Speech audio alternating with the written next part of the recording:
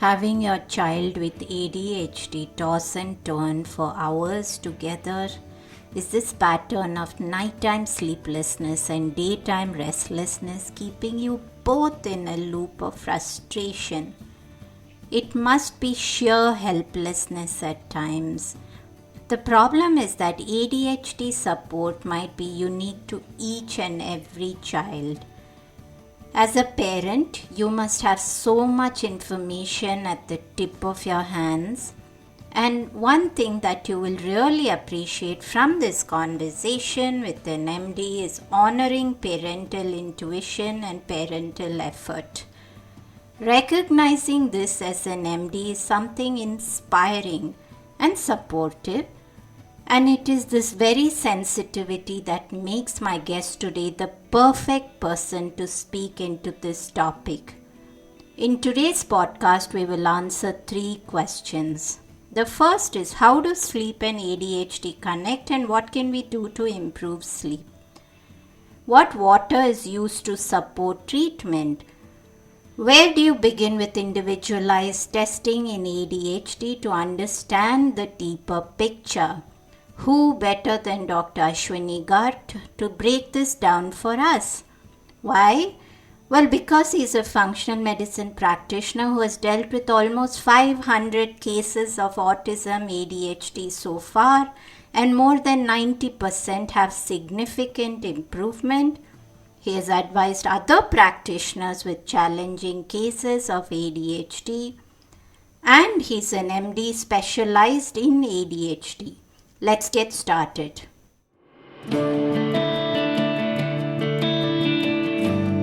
Hey everyone, I'm Deepa, a light functional medicine practitioner, author and yogini, and you're listening to the Sleep Whisperer podcast, the only sleep podcast with conversations and meditations.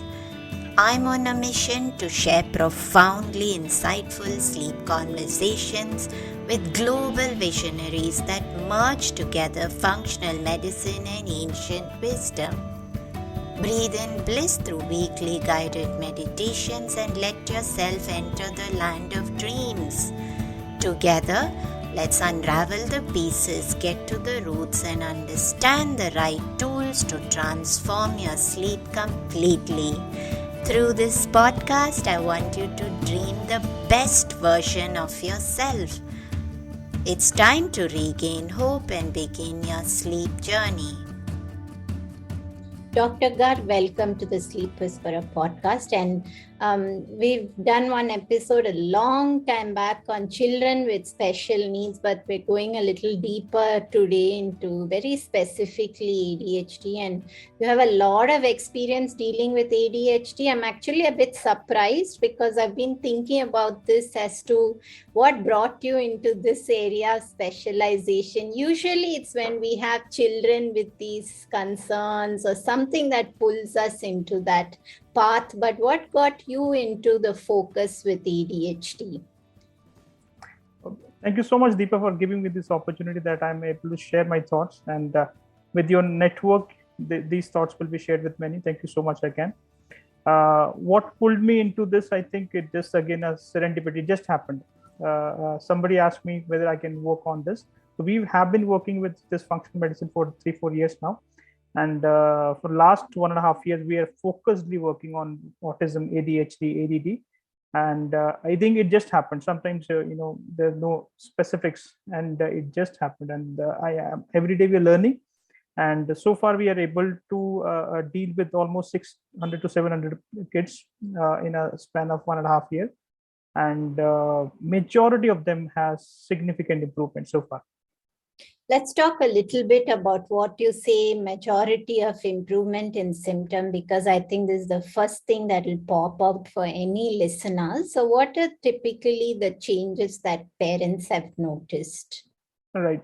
So I will stick to the time frame for which they have followed the plan. So generally, we start with the 3-month protocols. So they enrolled to us with the 3-month plans. So in this 3 months, 85% of them, they have a drastic improvement in digestive health, which is a major part of the problem. Sleep is another issue. Almost 80 to 90% of them have a disrupted sleep, big time disrupted sleep. And I think almost of them has got resolved. Only very few, probably 1-2% might have still lingering issues. Maybe they have deeper issues. Then their social behaviors, their eye contact, which is another major problem, that is also majorly is getting resolved.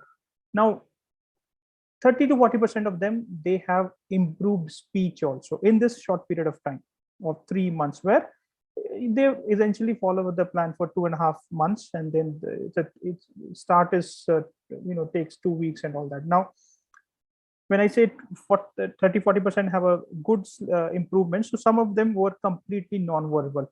They were not even speaking a word. They started chit-chatting just like a normal child. Some of them, they were one-word speakers. They started saying, "Mama, I want food," and all that. 2-3 words they started coming. So like that. So some of them were completely not speaking. They started speaking. Some of them speaking few words.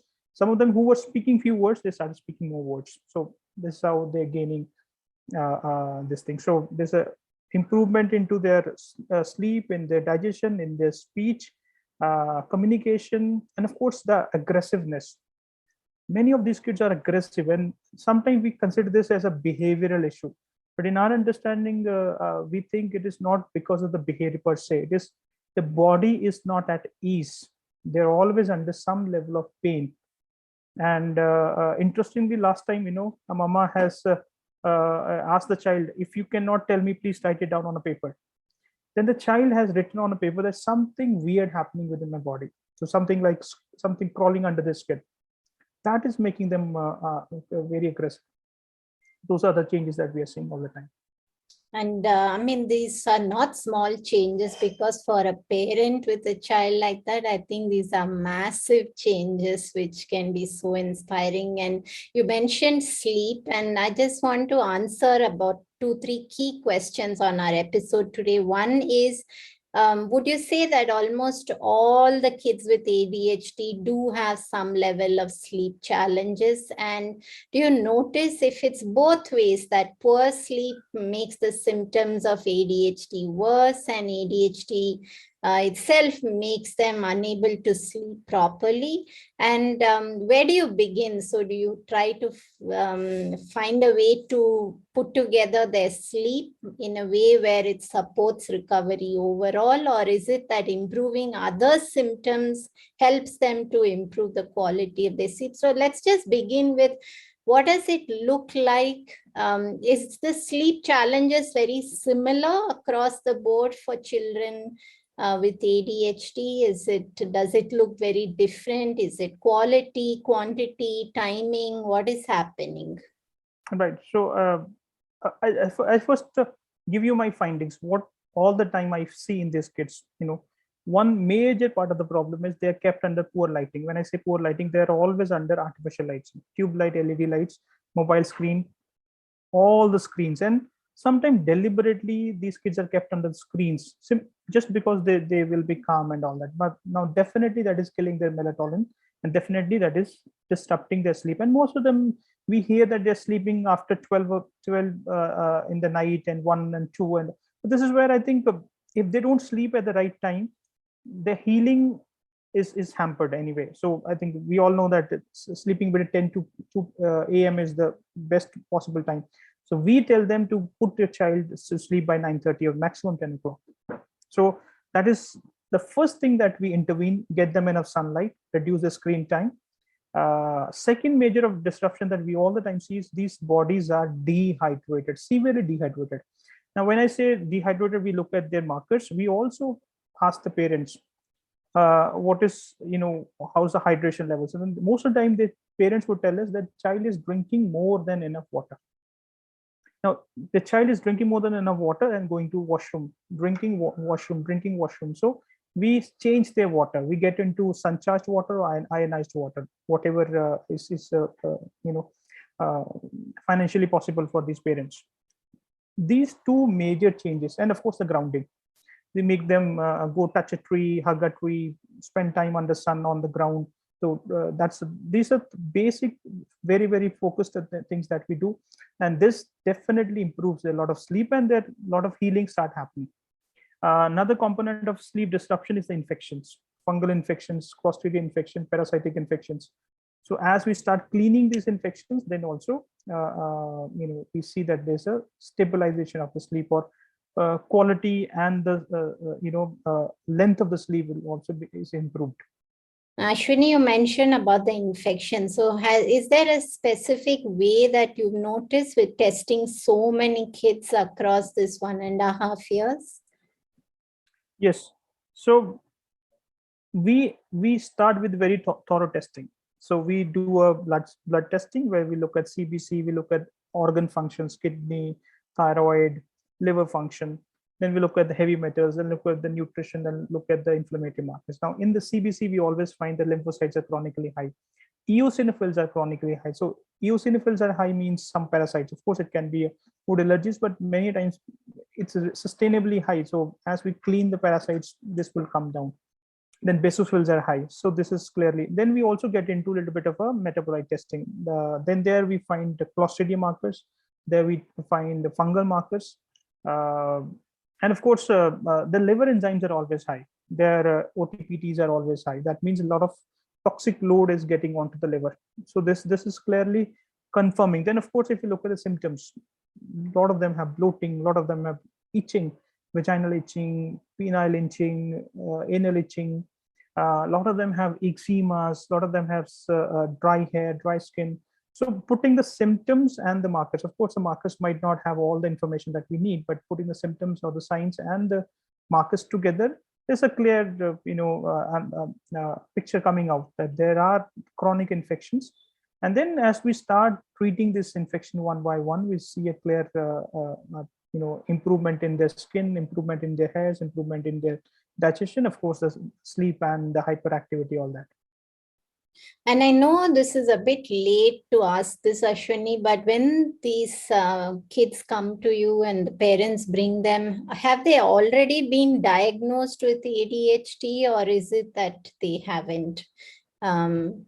This diagnosing it is very tricky in India, especially. So that's why I asked you this, because sometimes, in mainstream schools, I know several kids who right up to grade 6, 7, they just been thought of as poor students, or they don't know anything, and no one looks towards even digging a little deeper. Are there specific learning challenges? Are there attention issue? They're kind of labeled as being stupid or dull, which is really an injustice to children. So I know this is a bit off topic, but I really would like you to talk about that.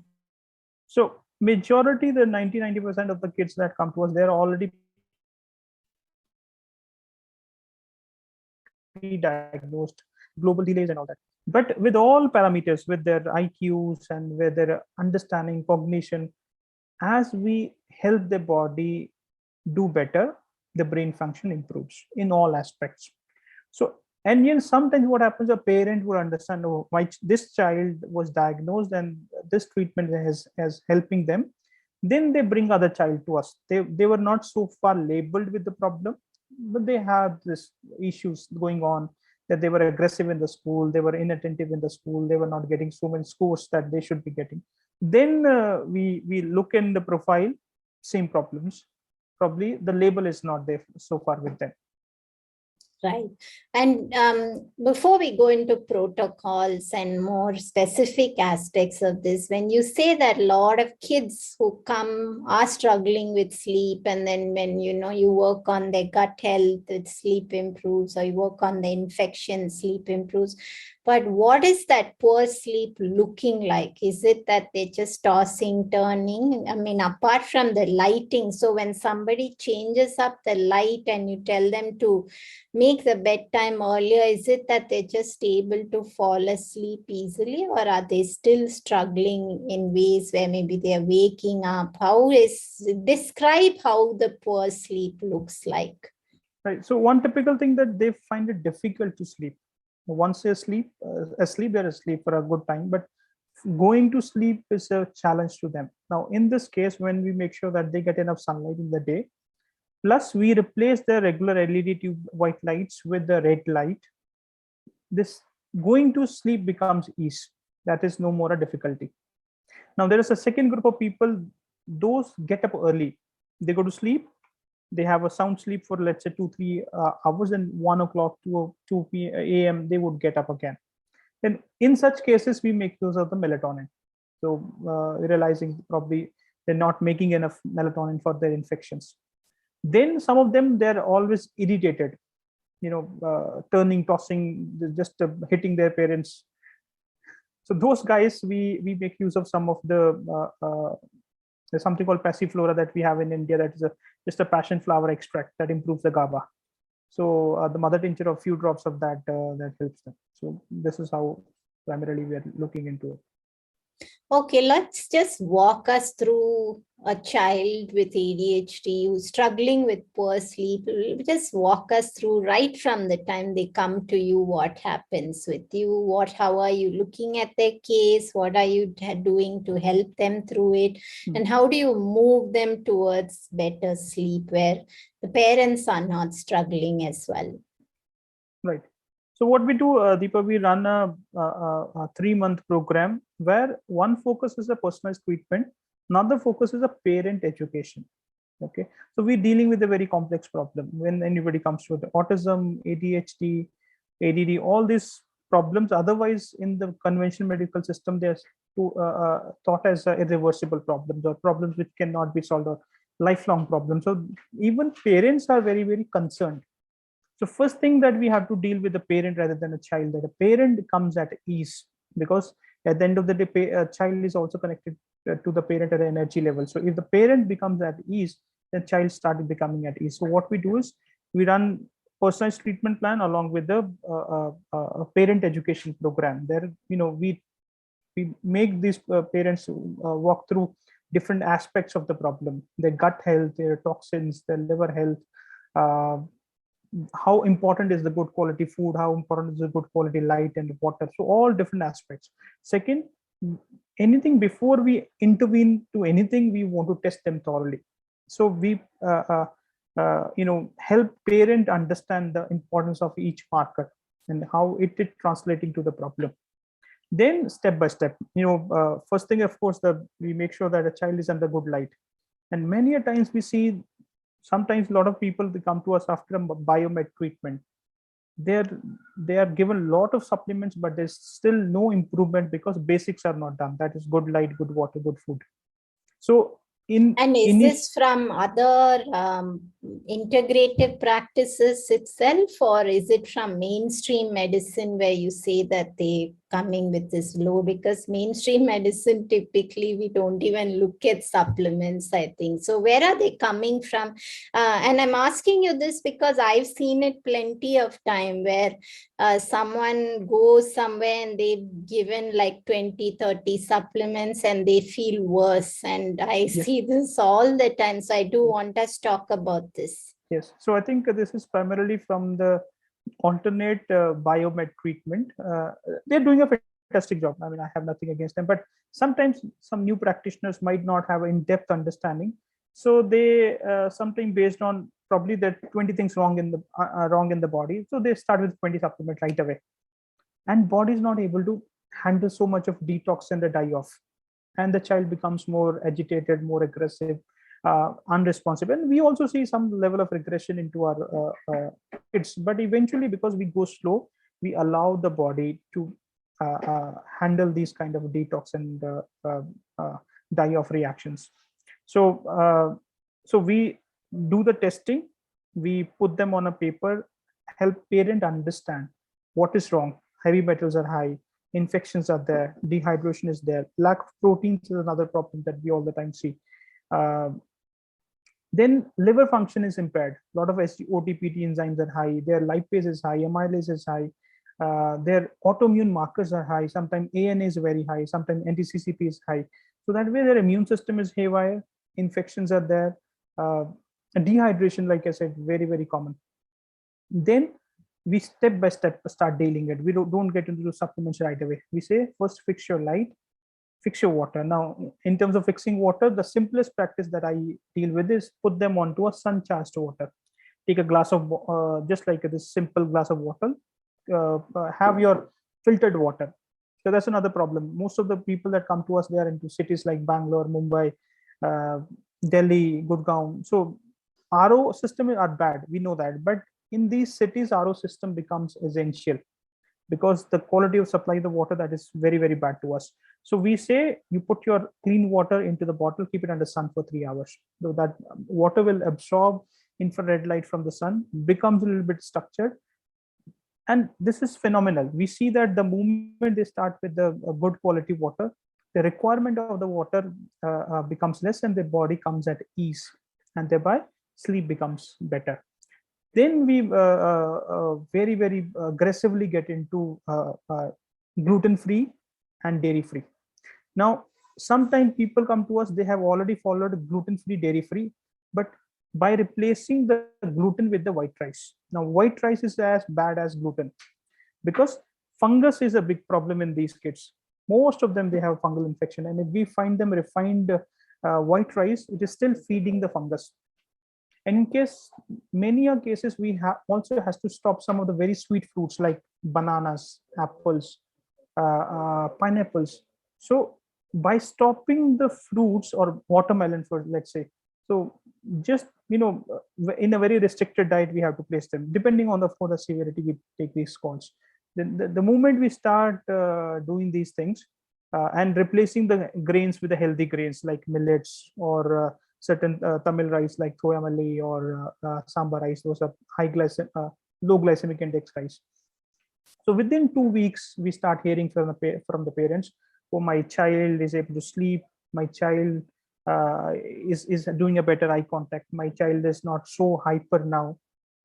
And of course, step by step, then we introduce a little bit of antifungals, anti-parasitic, and of course basic B complex, vitamin D, magnesium, zinc, some probiotics like Esboladi, and some sport probiotics. So these are some starting things that we get started with.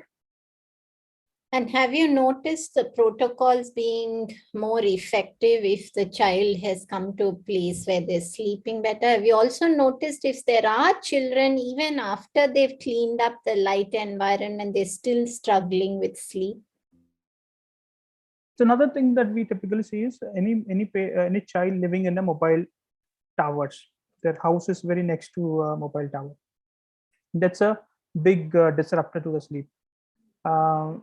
Yes, I think some kids where infection load is too much, their basics does not help. Then, for example, yesterday only I was speaking to one of the mother, and she says during this Amavasya, this moon thingy, there I think this parasitic activity becomes more aggressive. That starts disrupting their sleep. So cleansing these parasites also becomes crucially important in other infections, along with the basics. You did mention, Ashwani, about the gluten-free, dairy-free, and one of the things that I thought of when you say there are kids who come and they've already been through that, but they're eating white rice. And I think it's also sometimes when people are gluten-free, dairy-free, but maybe they're not doing other work beside it. And then the typical thing is that I tried to be gluten-free, but nothing worked for us. And that's also a common problem that I see a lot. But you did mention gluten-free. Now, on that note, just describe to us what would you think would be a great sleep plate for a child who's with ADHD, struggling with sleep. So on this level, what would that plate look like? Right. So I think I definitely want to have out any processed junk food, any packaged food. Okay. Then I for understanding of parents, we describe these grains into 3 categories. One is a negative grain.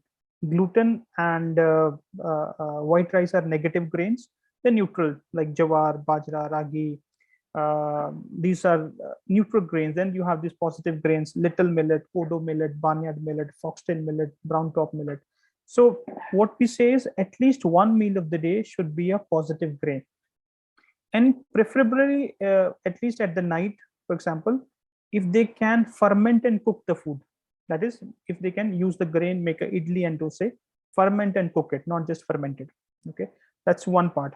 So fermented foods and other regular components of Indian, especially South India, the buttermilk and the the curds and all that. So we want to eliminate these things initial period, because if infections are there, we don't want to give them more life strains. So stopping these fermented foods is again crucially important. Now that's another I believe, and I was also making a mistake earlier, is if we think that gut is in a bad shape, we start with the fermented foods like kefir, kombucha, curds and all that. So we stop them also. So we give them a positive grain, especially fermented cooked foods. Then first meal of the day should be more fat and proteins, because generally they are low on the proteins in their system, and their HDL is also low. So we want to include more of more fats and proteins in nuts and seeds, or possibly some hydrolyzed whey protein in the morning. Yeah, talk to us about protein, because I know that at one point we did want to have a whole episode on protein. So I do want to talk about protein. You mentioned dairy. So talk about them. I mean, I can hear our listeners asking about the contradiction between dairy-free and whey protein. So just walk us through that. We also fundamentally against dairy, not because the dairy is bad, because the quality of the dairy that is there in India. Some statistics tells us that it's India produces X amount and we sell 3x, and some 2x we make at home. So a lot of adult patients. So the second, of course, the processing and our microbiome, not our abilities to not digest it. So when we use a whey protein, which is pre-digested, hydrolyzed whey protein, it becomes essentially less allergenic, because it's already broken down. Dipeptide amino acid chains are there. So it is not the same way as it should be, because it's pre-digested. So we have given to people with autoimmune conditions, and of course in this group of kids we have been always using it, and so far we haven't found any problem. Now definitely low serum creatinine is associated with speech delay, and sometime miraculously we start the protein powder and the child start picking words.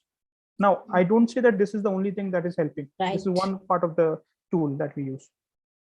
Beautiful, Ashwani. I think you went through that perfectly, because it's just that common, when we say dairy free, typically that's what you hear. And that's why I wanted you to clarify that. So is there any age that you feel that can be introduced, or is it there should be some caution when the kids are much too young? Right. So let's understand this way. Most of these kids are on protein powders nowadays. Now those protein powders, for example, Ensure, Pedia Ensure and all that, they are whey proteins. They have caseins into them. They have sugars into them.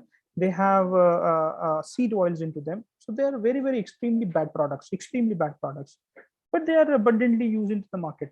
It starts from 6 months to any age. And because we don't check the markers, because we don't look at the issue, or we don't correlate with this thing, we keep giving. So I don't have empirical research on this, but I think if we can use that protein, and if we replace that protein with much healthier hypoallergenic or less allergenic hydrolyzed whey protein, I think we can start with the 2.5 year age. And we have used, but we keep reassessing the markers every 3 months. So we look at the kidney markers, liver markers, and most of the time these markers would improve. For example, OTPT will improve. Sometimes cystatin C is high, which is an inflammatory marker for the kidneys. That will also improve. Autoimmune markers like ANA, anti-CCP, those markers would also improve. So that means this is essentially not triggering the immune system, and it can be started at any young age also. I don't see any problem. How do you interweave sleep into your practice, Ashwani, with kids with ADHD? I know you spoke about sleep being one of those 5 important points in your practice, but just walk us through, how do you actually describe it to a client? So I tell them the light is the most crucial component if the child has to sleep properly. So what we do is, during daytime, we tell them not to use any lighting, no lighting at all. 45 minutes at least a sunlight exposure in the day, morning and evening put together. Then after it becomes evening, We tell them use minimal writing, and even this minimal writing they can replace with the old style, this tungsten or filament bulbs, that heating effect bulbs, or use a red light, infrared lights. Okay, then we insist the child to be sleeping by 9:30, maximum 10 o'clock. Now this much change if they do, most, I think 80% of these kids start sleeping better. And sometimes it's miraculous, they are exposed to red light and they sleep like a baby. How they should be sleeping. Yeah, I just want to ask you to quickly, before we conclude, when you say get to bed by 9:30, and I've heard a lot of parents with children who have ADHD saying we've done everything. We've cleaned up our lighting, we get to bed, and then he's just turning, he's sitting, he's looking here, he's looking there. So again, I'm just being the voice of our listeners because I can hear some of them saying it's easier said than done. Right. So it's not as simple. We do go to bed early, it doesn't happen. So what would you have to share to help those kind of parents and kids? Right. So I think, like I said, 80% that we at least see into our group of people, they sleep without much of intervention. And people who don't sleep, parasitic infections, Clostridium infection is another major challenge, and fungal infections.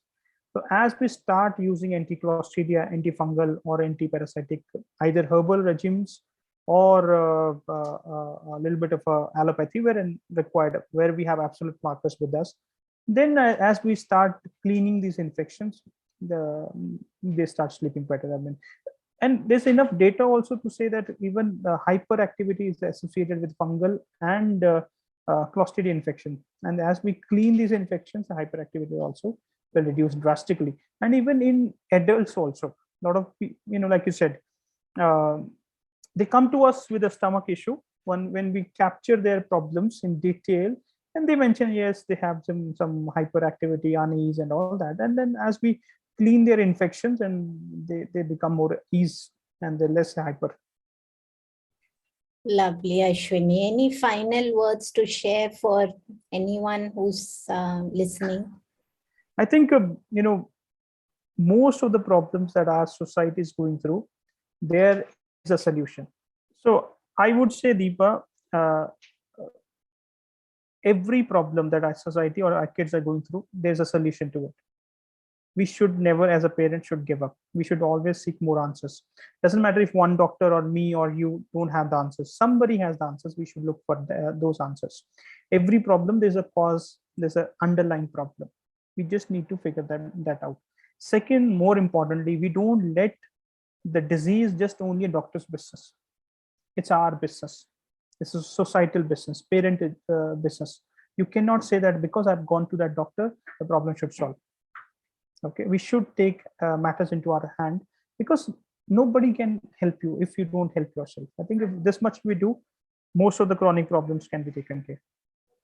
Wise words, Ashwini, and especially coming from a doctor. Now I must call you Dr. Garg, because it's so refreshing to hear a doctor say that, especially in India, where truly the doctor is considered the god. And I think even they cannot, I'm clear example where I just saw my dad pass away, where no doctor could eventually do anything, right? At some point, we have to accept that they are not ultimately the ones who manage everything. And I think parents are indeed very, very powerful tools in their kids' journey. And these were such wise words. I want to thank you for that. If somebody does want to work with you, where can they find you?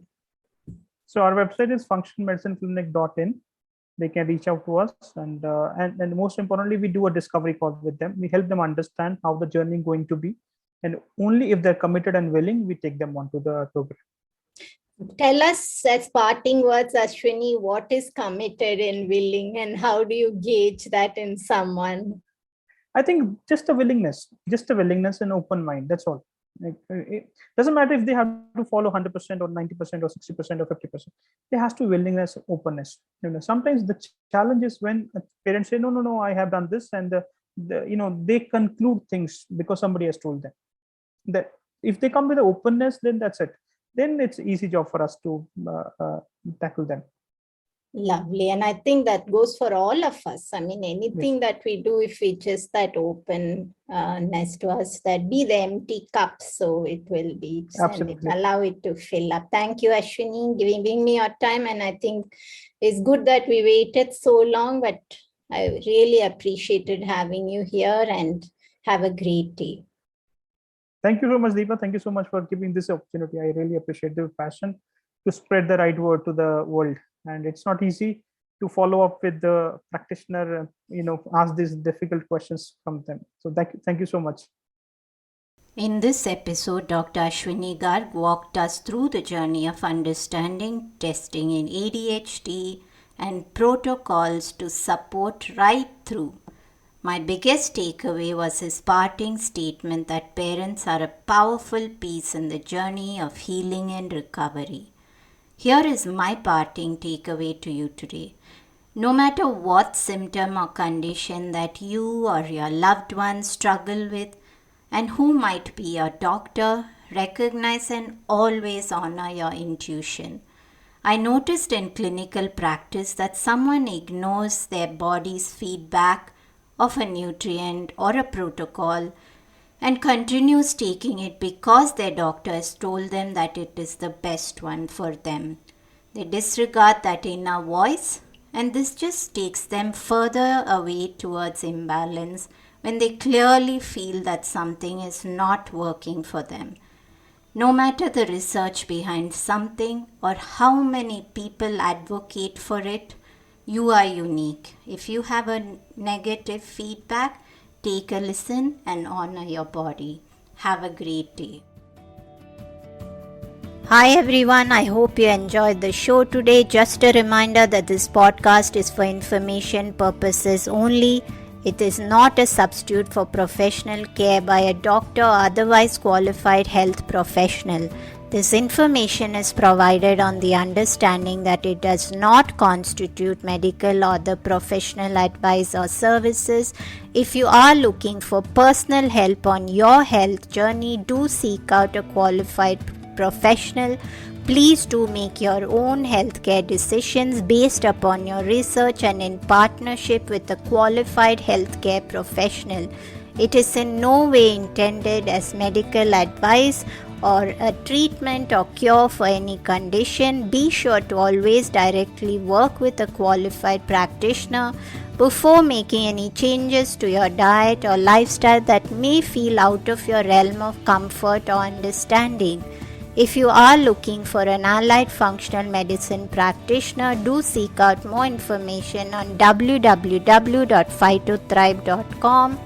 It is important that you have someone who is qualified and understands your health personally in order to provide adequate care, especially when it comes to chronic health conditions.